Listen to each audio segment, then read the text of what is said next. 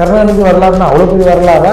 இல்ல கருணாநிதி வரலாறு கூட உங்களுக்கு பெருசா கூட இருக்கட்டுங்க. தமிழகத்தின் முதலமைச்சராக இருந்திருக்காரு சார். இருக்கட்டுங்க. திருமாவளவன் கருணாநிதி வாழ்க்கை வரலாற்றை படிக்கணும்ன்ற ரெண்டு ஒண்ணா? நெட்டவழி சீனிவாசன் நான் படிக்கணும்ன்ற இல்ல கலைஞரை படிச்சா போதும், கலைஞரை படிச்சா காமாட்சி நாயன் மாதிரி தான் வரலாம். அதுக்கு முன்னாடி யாரு? அதுக்கு முன்னாடி என் தாத்தாலாம் இங்க இருந்துட்டான். அவங்க எல்லாம் இருந்து போயிட்டாங்க. இன்னைக்கு தாங்க இந்த நூற்றாண்டுல 100% ஆட்சியில இருக்கிறது யாருங்க? கண்டினியூவா இந்த திராவிட ஆட்சி 67 இருந்து நடக்குது. கேன்சருக்கு மருந்து கண்டுபிடிச்சா வரவேற்போமா, அதை வேண்டாம்னு சொல்லுவோமா? ஆமா, நீங்க தானே கேன்சர், நீங்க தானே கேன்சர். நாங்க ஒரு நோயில் இருக்க நோய்க்கு மருந்து எப்படி ஏத்துக்குமா சார்? மருந்து ஏத்து தானே போராடும். மருந்து யாரு சார்? மருந்து யாரு? மருந்து தான் தமிழ் தேசியம். தமிழ் என்பது இவங்க அப்பா விட்டு சொத்து. தமிழர் அப்ப விட்டு சொத்து தமிழ். ஆமா, தெலுங்கர் அப்ப விட்டு சொத்து தமிழ் இல்லை. ஏன் அந்த கம்யூனிஸ்ட் சொல்றது ஒண்ணுதாங்க. பொத்திக்கிட்டான், அவன் போத்திக்கிறான். படுத்துக்கிட்டு போத்துனா என்ன, போத்திக்கிட்டு படுத்தாங்க, ரெண்டு ஒண்ணு தானே. இதுல அவங்க ஏத்துக்கிட்டாங்கன்னா நாங்க ஏத்துக்கிட்டாங்கன்னா ரெண்டு ஒண்ணு தான். அவங்க மதம் மாறிக்கிட்டாங்க, அவங்களோட மதம் மாறிக்கிட்டாங்க சார். மதம் மாறல, ஜாதி மாறல. சரி, ஜாதி மாத்திக்கிட்டாங்க. ஏன் இதுல சுத்த பிராமணன், அப்ப சுத்த பிராமணன் எதுக்கு போய் சொன்னாரு?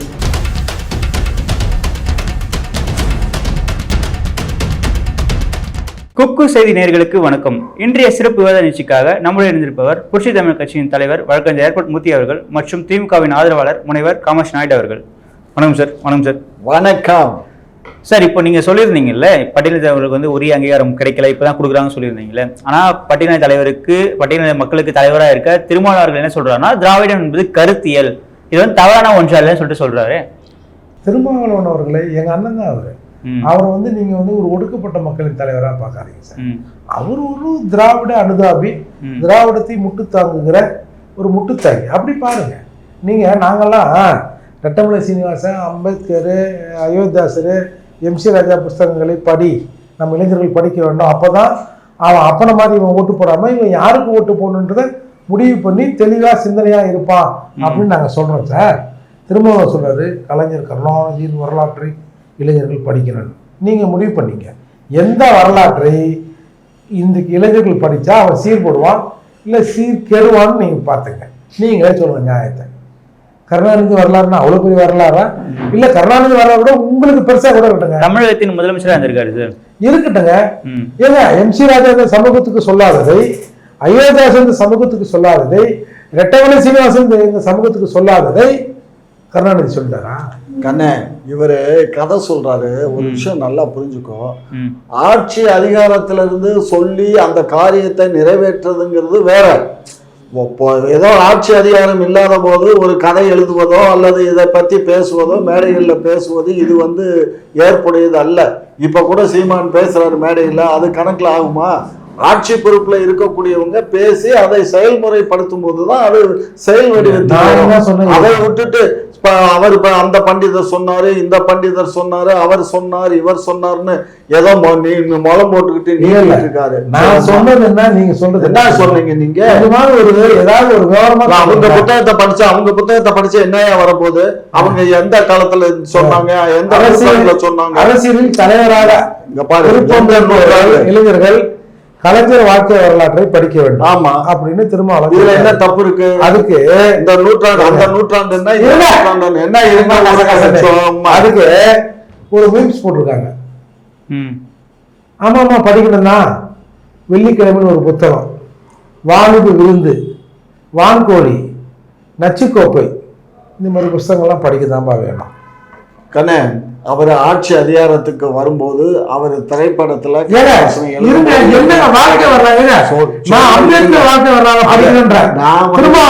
கருணாநிதி வாழ்க்கை வரலாற்றை படிக்கணும்ன்ற ரெண்டு ஒண்ணா?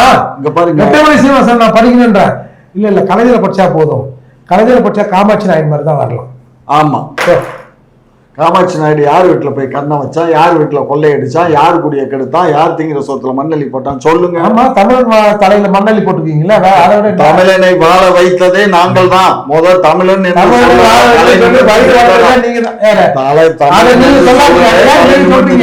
சொன்னதே நாங்க தானே உண்மையான பூர்வக்குடி தமிழர்கள். போடுங்க, அதை எதை வேணாலும் போட்டுக்கோங்க, நீங்க எதை வேணாலும் போடுங்க. இங்க பாருங்க, தமிழ் தலை குடிஞ்சு தெலுங்கு வந்து தமிழன் என்று சொல்லடா, தலையில முந்து நில்லடா. இன்னைக்கு நீங்க பேசுற அளவுக்கு உங்களை எல்லாம் வளர்த்து விட்டதே இந்த திராவிட 49 தாங்க. நீங்க 49 நீங்க எப்ப வந்தீங்க? 49 அதுக்கு முன்னாடி யாரு? அதுக்கு முன்னாடி என் தாத்தா தான் இருந்துட்டான், அங்கெல்லாம் இருந்து போயிட்டாங்க. இன்னைக்கு தாங்க இந்த நூற்றாண்டுல 100% ஆட்சியில இருக்கிறது யாருங்க? கண்டினியூவா இந்த திராவிட ஆட்சி 67ல இருந்து நடக்குது. சும்மா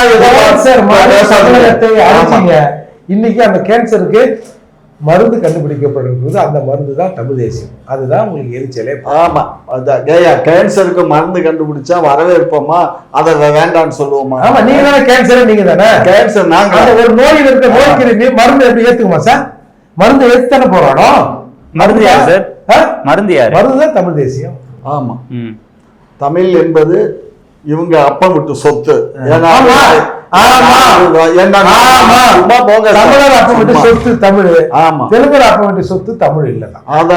நீங்களா வச்சுக்கோங்க.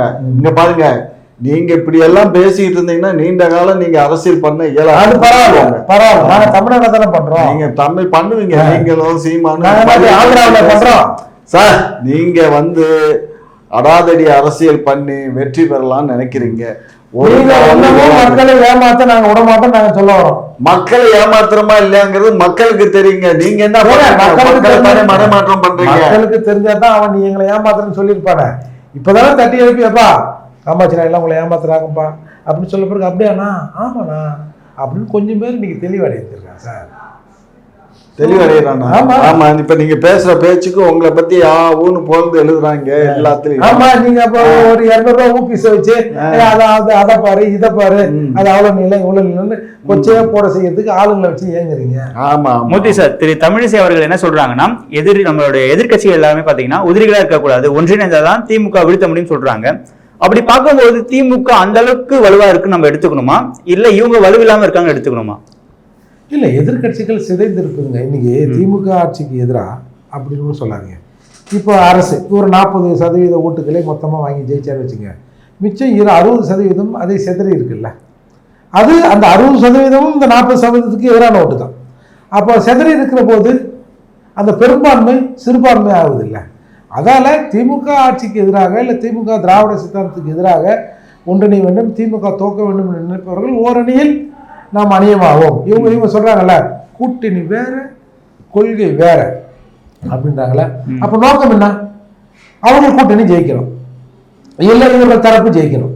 அப்படின்ற போது திமுகவுக்கு எதிராக நாம் சிதறி இருப்பதால் இன்னைக்கு திமுக தொடர்ந்து ஜெயிக்கிறது. அதனால நாம் வந்து ஒன்றிணைந்து ஒரே அஜெண்டாவில் நிற்கிறோன்றாங்க. காமராஜ் சார், இப்போ உங்களுக்கு எதிராக இவ்வளவு பெரிய கூட்டணி உருவாக்கணும்னு சொல்லிட்டு முயற்சி பண்றாங்க, அது ஒர்க் ஆகும்னு நினைக்கிறீங்களா? அதை ஏன் தம்பி நீங்கள் வேறு, அதாவது இவங்க எல்லாமே வந்து கொள்கை அடிப்படையில் கூட்டணி வந்தால் உருப்படும். இப்போ பிஜேபிக்கு ஒரு கொள்கை, பிஜேபிக்கு ஒரு கொள்கை, அவங்களுக்கு சனாதானத்தை மட்டும்தான் அவங்களுடைய தலையாய கடமை. உங்க கூட்டணி கட்சியில் இருக்க எல்லாருக்கும் ஒரே கொள்கையா சார்? எல்லாம் ஒரு வேற குறையா இங்க பாரு, எங்களுடையது வந்து எல்லாமே இடதுசாரி சிந்தனைகள் உள்ள கட்சிகள் தான்.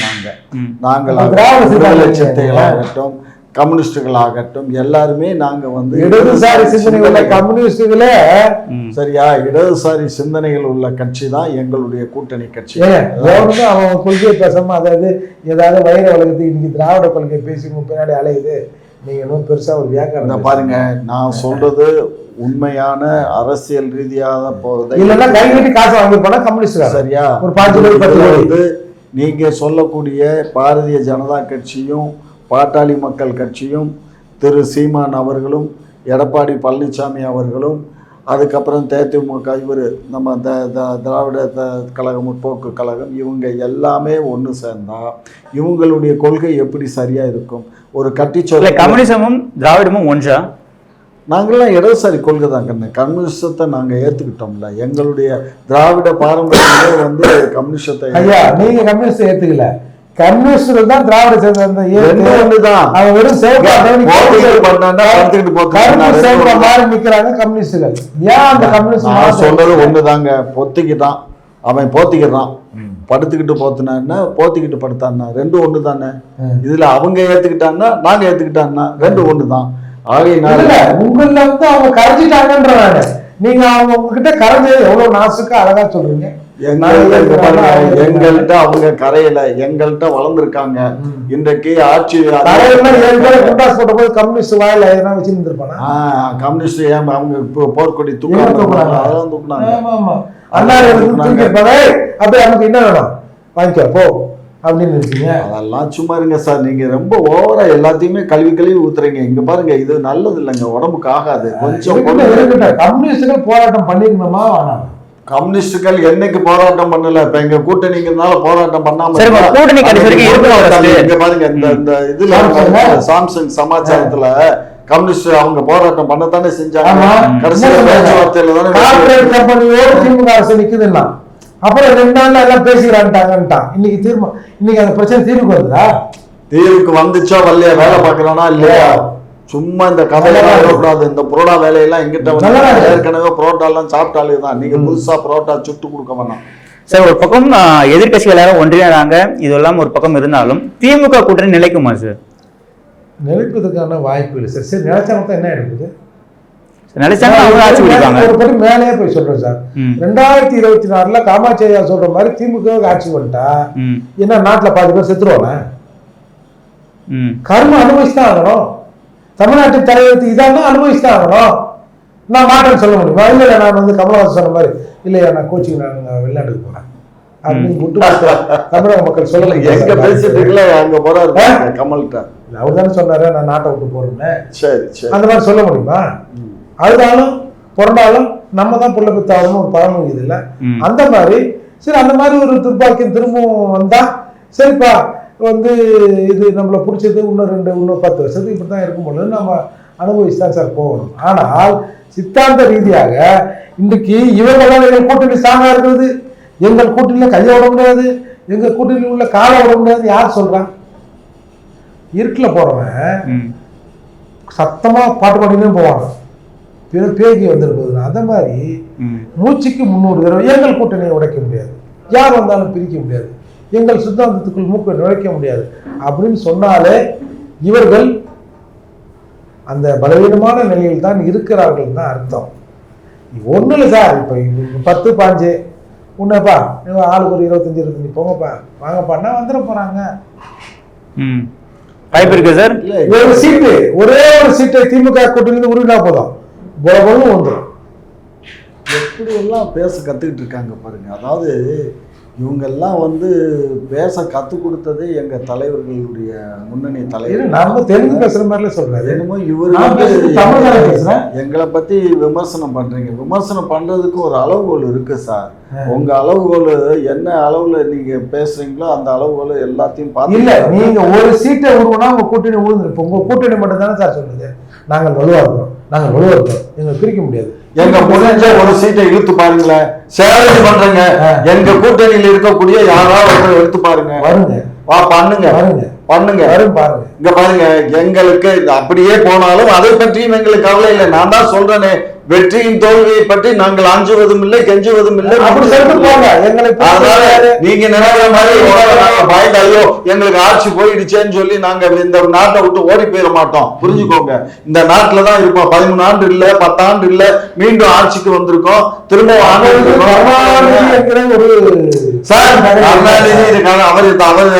அவருடைய சகாப்தம் முடிஞ்சிருச்சு.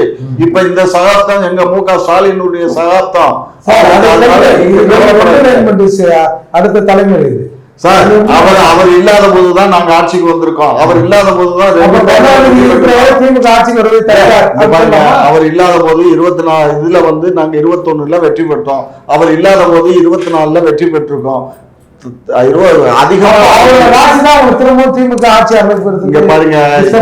அப்படி எல்லாம் இல்லங்க. நாங்க ராசி, நாங்க ஜோதிடம் பாக்குற ஆளுங்க இல்ல. மஞ்சள் துண்டு இது எங்களுடைய கட்சியினுடைய எங்க தலைவரும் உடல் அந்த பார்க்கும் போது அவர்களுக்கு வந்து டக்குன்னு ஒரு இது இருக்கக்கூடாதுங்கிறதுக்காக தான். அதுவும் அவநம்பிக்கை தானே. அதெல்லாம் அவநம்பிக்கை எல்லாம் ஒண்ணும் கிடையாது. அவநம்பிக்கை எப்படிங்க? இப்ப நான் தான் போட்டிருக்கேன், இந்த மஞ்சள் போட்டிருக்கேன், சிவப்பு போட்டிருக்கேன், இது அவநம்பிக்கைன்னு எப்படி இயலும்? சொல்லுங்க. சொன்னீங்க அந்த மஞ்சளோட பார்த்தா அப்படியே ஒரு பாக்குறதுக்கு அது ஒரு மனதை கவரும். ஆமா, அதுக்கு தான் போடுறோம். ஒரு சைக்காலஜி. அது மூட நம்பிக்கைன்னு எப்படி சொல்ல முடியும்? சைக்காலஜி. இப்ப நான் எல்லாம் பார்க்கும்போது எரிச்சல் வந்துருமா? அதெல்லாம் இங்க பாருங்க, அவங்க இஷ்டங்க. ரோட்ல போறவன் சைக்கிள்ல போறவன் சைக்கிள்ல போறான், கார்ல போறவன் கார்ல போறான். இப்ப நம்முடைய ஸ்டாலின் அவர்கள் 70வது பிறந்த நாள்ல துர்கா அம்மன் ஒரு பூஜை நடத்துனாங்களா இல்லையா? அது என்னமோ வட சொல்ல அந்த பூஜை வர்றதால அது நம்ம படிச்சு லாபம் வச்சாலும் வரமாட்டேங்குது. இங்க பாருங்க, அவங்க குடும்பத்தாரு அவங்க எது வேணாலும் பண்ணுவாங்க. இப்ப நான் இருக்கேன், எனக்கு தான் சாமி பூதம் இல்லைங்கிறேன். என் மருமக காலையில வெளியில போறதுக்கு முன்னாடி வாசல தெளிச்சு கோலம் வச்சுதான் வெளியில நான் தான் பிரச்சாரத்தை வீட்டுல இருந்து ஆரம்பி. இங்க பாருங்க, நாங்க இங்க பாருங்க யாரையும் கட்டாயப்படுத்தவில்லை. நல்லா புரிஞ்சுக்கோங்க. நீ கும்பிடுறியா சாமிய கும்பிடு. நாங்க தான் சொன்னோமே, இந்துக்கள் வந்து 90 விழுக்காடு எங்க கட்சியில தான் இந்துக்கள் அதிகமா இருக்கு. சொன்னீங்க என்ன வச்சுங்க. அந்த ஆள் கூட பிசி தான்.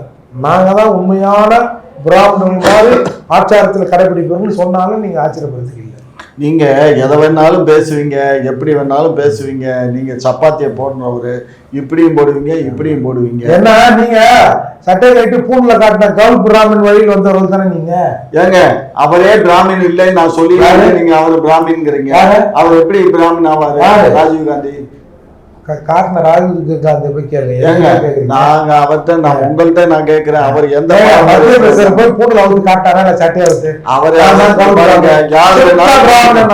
நீங்க யாரெல்லாம் நீங்களும் கூட பூணல் போடுங்க.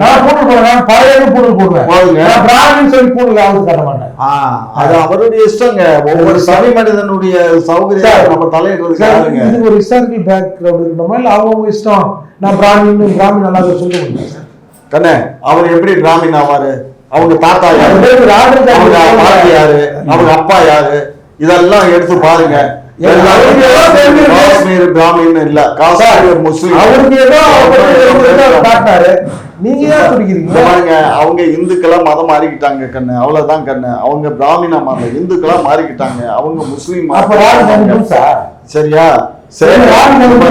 ஷேக் அப்துல்லாவும் சரி, இப்ப இங்க இருந்து பிரிஞ்சு போனார் இல்லையா, நமக்கு பாகிஸ்தான் வேணும்னு சொல்லி அவங்க இவங்க எல்லாம் ஒரு பங்காளிகள்.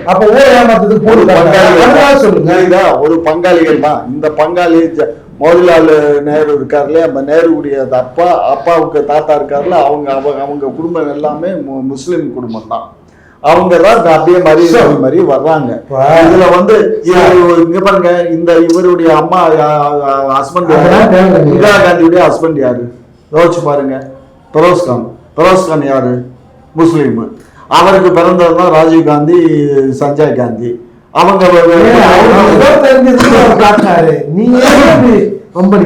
இல்லங்க ஹிஸ்டரி, அதாவது உண்மையை அவரு மாறிக்கிட்டாங்க. ராஜீவ் காந்தியவே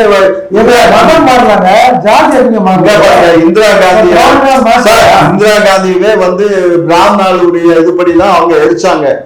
எரி விட்டாங்களா இல்லையா இந்திரா காந்திக்கு? அதே மாதிரி ராஜீவ் காந்திக்கும் அதே மாதிரிதான் பேசலாம் சார். அவர் பொய் சொல்லிட்டாருன்னு சொல்லுங்க, இல்ல அவர் வந்து பிராமணா ஜாதி அவங்க மதம் இது மாறிக்கிட்டாங்க. அவரோட மதம் மாறிக்கிட்டாங்க சார். மதம் மாறலாம், ஜாதி மாறலாம். சரி, ஜாதி மாத்திக்கிட்டாங்க. ஏன் இது இல்ல சுத்த பிராமணன். அப்ப சுத்த பிராமணன் எதுக்கு போய் சொன்னார் ராகுல்? ஏங்க வந்து பிராமின் சொல்றானோ அவன் பிராமின்ங்கிறவனுக்கு சில தகுதிகள் இருக்கணும். அவன் பிராமின் தான். இப்ப உங்களுக்கு சில தகுதிகள் இருந்தா அந்த தகுதியில ஒரு குறிப்பு அந்த ஒரு அவனிலே சொல்றாங்க, சனாதானத்துல இன்னென்ன தகுதி உடையவர்கள் எல்லாம் பிராமினாக பார்க்கப்படுவார்கள். ஏகலைவனை கூட பிராமின் சொல்றான், புரிஞ்சுக்கோங்க. சத்திரிய வம்சத்துல வந்த ஆட்களை பிராமின் சொல்றான். தமிழர்கள் சொல்லும் போது நீங்க எல்லாரையும் மாத்தி மாத்தி நாங்க இங்க பாருங்க, எங்களுக்கு அரசியல் நோக்கம், நாங்க அரசியலா தான் பாக்குறோம். நாங்க இதை அவியலா பார்க்கல. நீங்க அவியலா பார்த்தா அது உங்களுடைய இஷ்டம், எங்களுக்கு இல்லை. எவ்வளவு நிமிஷம் தான் இருக்கு? ஆஃப் பண்ணிடலாம். முடிச்சிடலாம். ஓகே, முடிச்சிடலாம் சார். மீண்டும் சந்திப்போம். உங்களுடைய பல்வேறு கருத்துக்களுக்கு மிக்க நன்றி சார். நன்றி.